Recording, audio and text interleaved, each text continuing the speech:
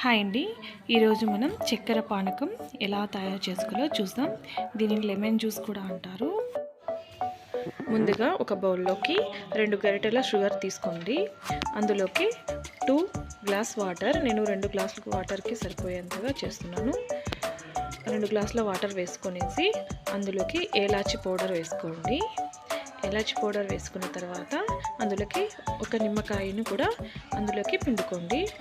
ఈ నిమ్మకాయ పిండిన తర్వాత దాన్ని ఆ చక్కెర కరిగేంత వరకు ఒక గరిటెతో కలుపుతూ ఉండండి.